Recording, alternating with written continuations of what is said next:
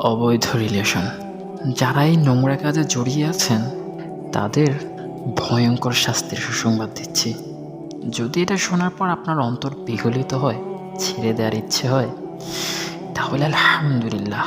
আর যদি বিগলিত না হয় তাহলে আপনার স্থান আপনি নিজেই ঠিক করে নেবেন, সেটা জান্নাতে হোক কিংবা জাহান্নামে। তবে জাহান্নামের শাস্তিটা আপনাকে বলেই যায়। হারাম সম্পর্কের শাস্তি হচ্ছে তাদের উলঙ্গ করে বিশাল একটা আগুনের কড়াইতে পোড়ানো হবে এবং কি কিছুক্ষণ পরপর আগুনের মাত্রা বৃদ্ধি করা হবে। এর মানে শাস্তির মাত্রা বৃদ্ধি পাবে। সেটা কতদিন আল্লাহু আলেম, তিনিই ভালো জানেন। তবে যখনই শাস্তির মাত্রা বৃদ্ধি পাবে তখনই ছিটকে বের হয়ে আসবে জাহান্নামীরা। তবে কোনো ফল প্রসব হবে না। সেখানকার বধির ফেরেশতারা তাদেরকে আবারও নিক্ষেপ করবে সেই গরম কড়াইতে।